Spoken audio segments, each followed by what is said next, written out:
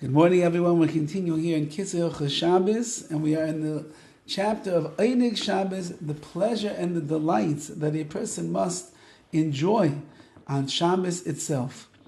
And he writes the following: Michlal Kavod Shabbos, Erev Shabbos, included in the category of honoring and enjoying the Shabbos, Lechol Sudasa Be'erev L'Te'avon. You need to eat the meal on Friday night, L'Te'avon, with a zest. You have to be hungry for that meal. Al kain therefore noigin shelo lahaschel echol suda be'erev Shabbos samach l'Shabbos. Therefore, a person should not eat a whole seuda, washing their hands and having bread on Erev Shabbos, Friday afternoon, close to Shabbos itself. Because if you do, you're going to get full. Kedei lechol suda Shabbos be'erev l'te'avon. And really, we have to eat the meal on Friday night, l'te'avon. We have to be hungry, desiring it, looking forward to it. And if you eat too much on Erev Shabbos, you'll be full by the time you sit down for the meal. What does it mean, close to Shabbos? After 9 halachic hours, he writes. So that would be, for example, let's say that the day begins at 6 o'clock in the morning. So 9 hours later is 6, 7, 8, 9, 10, 11, 12, 1, 2 in the afternoon already. 2, 3 in the afternoon already is no longer time for a person to wash their hands, especially in these short months that we're in right now.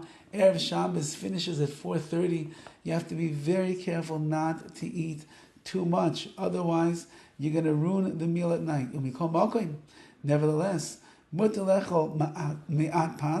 you're allowed to eat a little bit of bread, and so too some mezainis, some cookies, cake, and fruits. Even after this time, we assume that you're not going to fill yourself up completely. Now, if you began eating the meal when it was a permissible time, before the 9 hours, that means you washed and you're eating bread. You started eating before this time. Again, you can even finish the meal after that. So you can extend your Suda that you started before 9 hours, even after 9 hours.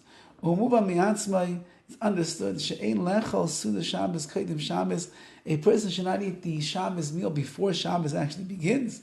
Unless a person is sick, and they can't really eat at night. If that would be the case, then a person should ask their Rav, what should they do in that particular situation?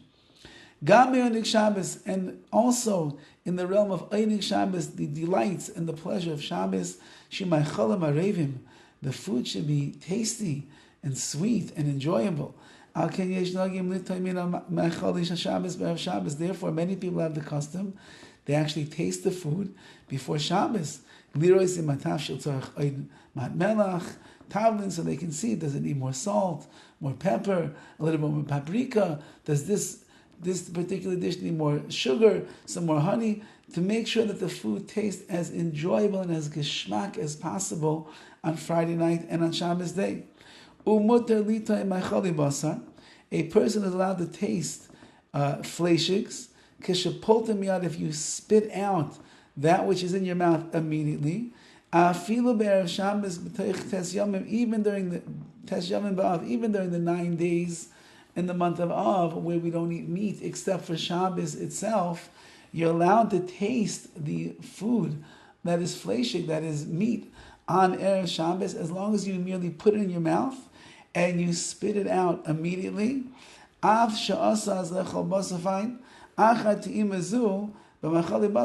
it's such, the halacha is such that if you tasted it in this way, where you just put it into your mouth and then you spit it out immediately, so you didn't chew on any piece of meat, you didn't swallow anything, if you only tasted it with your tongue and you spit it out right away, you'd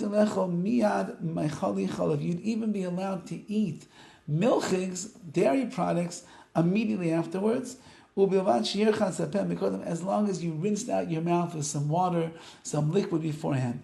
So that's the way that a person can even taste the food, meaning the minhag, the custom of tasting the food on Erev Shabbos, is such a valuable thing to make sure that your food tastes really good Friday night and Shabbos day.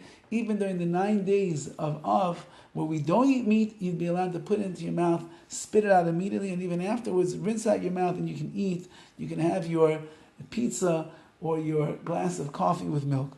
If someone did not eat on Erev Shabbos at all, he should taste something before Shabbos, so that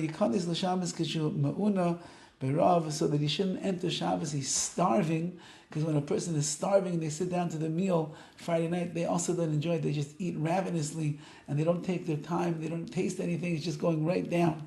And therefore says the KITZUR, a person should do their best to taste a little bit of something on Erev Shabbos to make sure that they don't come into Shabbos too hungry. Otherwise, that will also ruin the Oneg Shabbos. So if you come in too full, no Oneg Shabbos Friday night. If you come in too hungry, there's no Oneg Shabbos Friday night, and therefore you have to do things properly. Eat a little bit, at least on Erev Shabbos, so you can taste the food, and you come in satisfied a little bit, and therefore you have the te'ava, you have the desire, the zest to eat that night and enjoy the delicious Shabbos Seudah. All the best.